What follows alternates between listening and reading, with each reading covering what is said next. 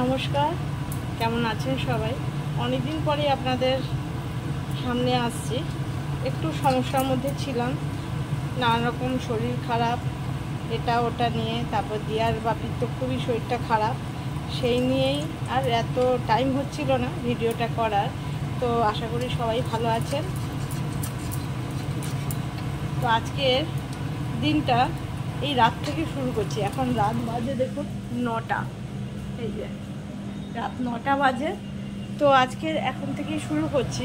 আজকে শুক্রবার, কালকে শনিবার, কালকে 22 তারিখ। তো কালকে আমাদের এখানে মা শীতলার পুজো আছে, তো যার জন্য আজকে রাত্রেবেলায় রান্না করছি।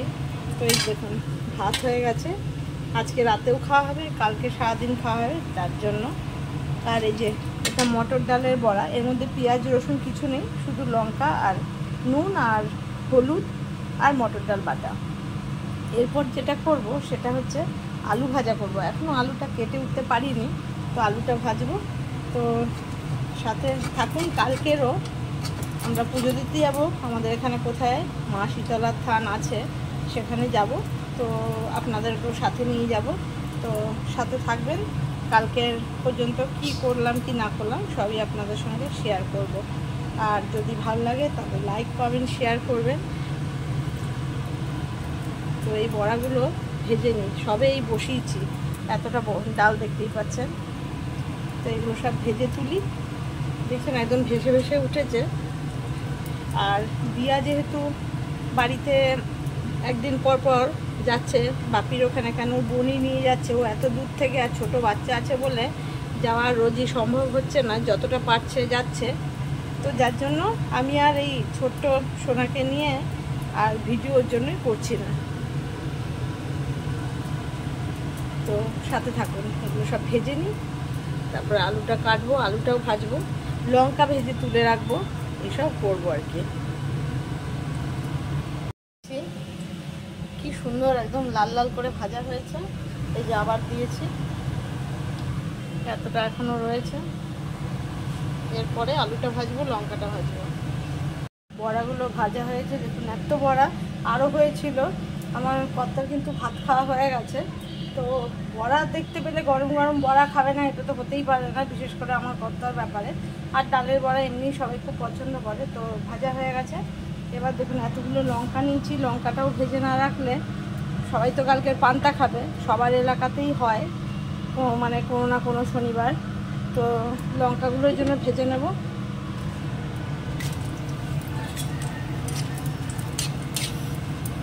লঙ্কাও ভেজে তুলে নিয়েছি। ওই দেখুন এতটা আলু কেটেছি এক ঝুড়ি, এটা ভাজবো, কারণ কালকের এই ডালের বড়া আর এই আলু ভাজা এটাই কালকের খাবার, যার জন্য বেশি করে এই আলুটা। দেখুন এবার বুঝতে পারছেন, এক কড়াই আলু ভাজা। যার বাড়িতে হচ্ছে সবার বাড়িতেই এরকমই হচ্ছে, কেননা সবাই কালকে এটা দিয়েই খাবে। তো এটাও ভেজে নিই। কালকে তো একদম অরন্ধন আছে, রান্না বন্ধ, কালকে পান্তা ভাত খেতে হবে। কার এলাকায় কবে কোন দিন হচ্ছে জানাতে পারেন।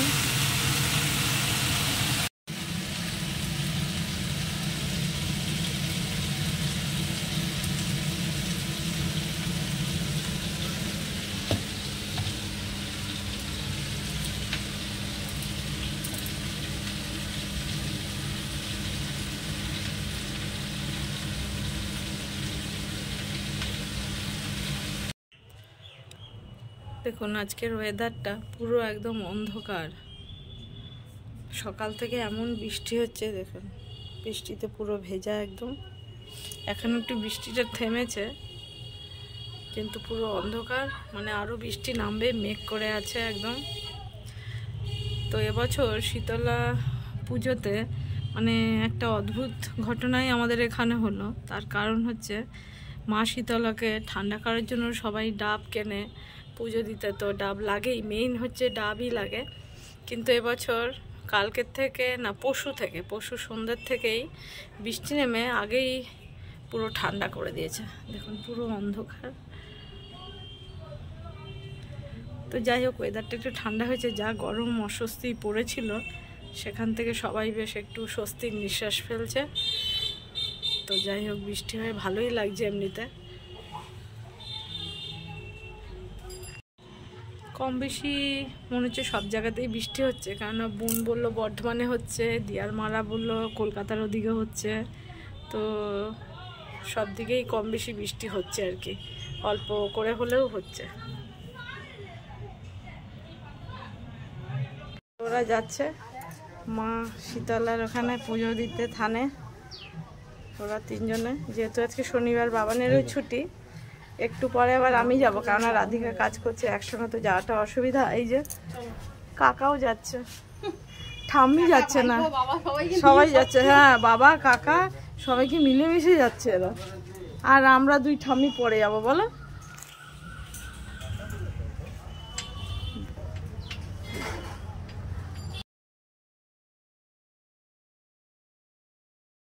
যে আমি রেডি, এখন আমি যাব শীতলা পুজোর ওখানে।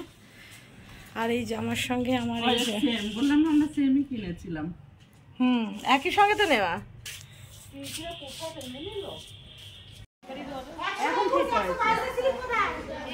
একশো ও জানে, আমার কাছে 100 পিস ছিল।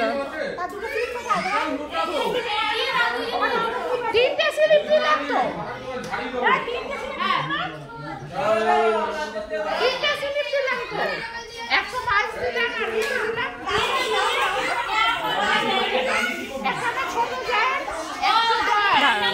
আর একটা 111 দিলাম আর একটা 122 দিলাম আমারটা।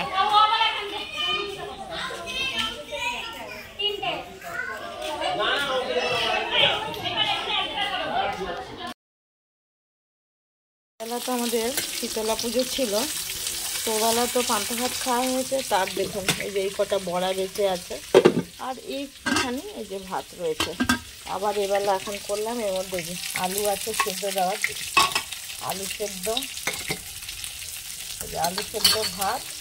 আর যেটা করবো ওই যে ইলিশ মাছ রয়েছে, সেই ক্ষেত্রে ইলিশ মাছ সেটাই করবো হচ্ছে একটু। এই যে গাছ থেকে দেখুন এখন যে আমি দৌড়ে গিয়ে বেগুন তুলে আনলাম রাত্রেবেলা, তোলা উচিত না আমিও জানি, কিন্তু হঠাৎ ভাবলাম ওই ইলিশ মাছের শুধু ভাজা খেতে বাবা তো পছন্দ করে না, তাই ভাবলাম একটু বেগুন দিয়ে ঝোল করব। তো মাছটা ভাজতে দিচ্ছি, আর দেখুন গাছের এই যে ছোটো ছোটো বেগুন একদম কচি কচি, তো তুলে নিয়েছি, এটা দিয়ে ঝোল করব। তো মাছগুলো ভাজা হচ্ছে, ভেজে নিই, তারপর তুলে নিয়ে একবারে ফোড়ন দিয়ে বেগুন দিয়ে ঝোলটা বসাবো। তো ভাজা হয়ে গেছে, তুলে নেব। আর আপনাদেরকে তো দেখালাম যেখানে আমাদের মা শীতলার ধরিত্রী ঠান্ডা করার দেবী তো পুজো হয়, আর ওইখানেই পাশেই মা কালীরও একটা থান রয়েছে, তো রাত্রেবেলা ওখানে হবে কালী পুজো। ভেজে তুলে নিয়েছি, তেলের মধ্যে দিয়ে দেবো শুকনো লঙ্কা আর জিরে।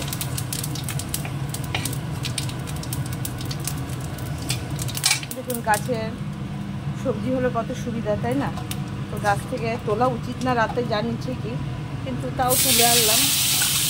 দেখুন কতগুলো, 4টে বেগুন তুলে এনেছিলাম, এগুলো কিন্তু ছোটো বেগুনেরই গাছ, মুলি বেগুন। তো এটা দিয়ে ইলিশ মাছের ঝোলটা করলে ভালো হবে খেতে, তাই জন্যই তুলে নিয়ে এলাম। তো যাই হোক, ঝোলটা আবার করে নেবো, বেগুনটা একটু ভেজে নিই।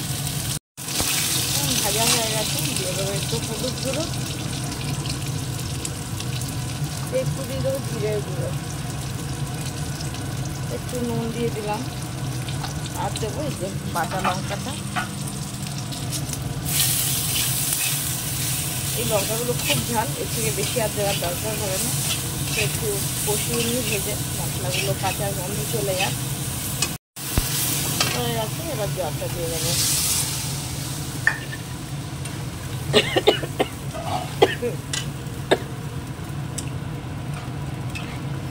একটু ফুটে উঠুক, বেগুনটা সেদ্ধ, তারপর মাছগুলো দিয়ে দেবো। তো আজকের মতন বন্ধুটা পর্বটা এখানেই শেষ করব। এখন আর অনেকদিন ধরে ভিডিও করা হচ্ছে না, নানা রকম কারণে, বাড়ির পরিস্থিতির জন্য। তো আবার যখন যেমন পারবো নতুন করে করতে থাকবো, তো আপনারাও সাথে থাকবেন, সাথ দেবেন। তো আজকের মতন এখানেই শেষ করব। সবাইকে শুভরাত্রি, দেখা হবে আর একটা নতুন পর্বে। দেখুন বাজে হচ্ছে 10:30, বাইরে তো পুরো ঘুটঘুটে একদম অন্ধকার, আর একটা বৃষ্টির বেশ ঠান্ডা ঠান্ডা হাওয়া আসছে ওই সামনের পাশের বাড়িতে, পেছনের দিকে ওদেরই লাইটটা জ্বলছে। তো চলুন দেখি মাছটা কতদূর কি। মাছটা তো দিইনি এখনো, বেগুনগুলো পুরো সেদ্ধ হয়ে গেছে, এবার মাছটা দিয়ে দেবো। বেগুন দিয়ে এরকম কে কে মাছের ঝোল খেয়েছেন? মাছের ঝোল মানে ইলিশ মাছের ঝোল বিশেষ করে, এটা কিন্তু সত্যি একটা বেশ পপুলার খাবার। তো যারা খাননি খেয়ে দেখবেন, কিছুই দিতে লাগে না, একদম খুব সামান্য কিছু দিয়েই। তো সবাই সুস্থ থাকবেন, ভালো থাকবেন, সাবধানে থাকবেন, আর আমার পাশে থাকবেন। আর এই ভিডিওগুলো যদি বেশি বেশি করে লাইক, শেয়ার, কমেন্ট করেন তাহলে খুবই খুশি হব। তো যাই হোক, মাছটা হয়ে গেছে। তো সবাইকে আবার শুভরাত্রি, আর সারাতে থাকার জন্য সবাইকে অনেক অনেক ধন্যবাদ।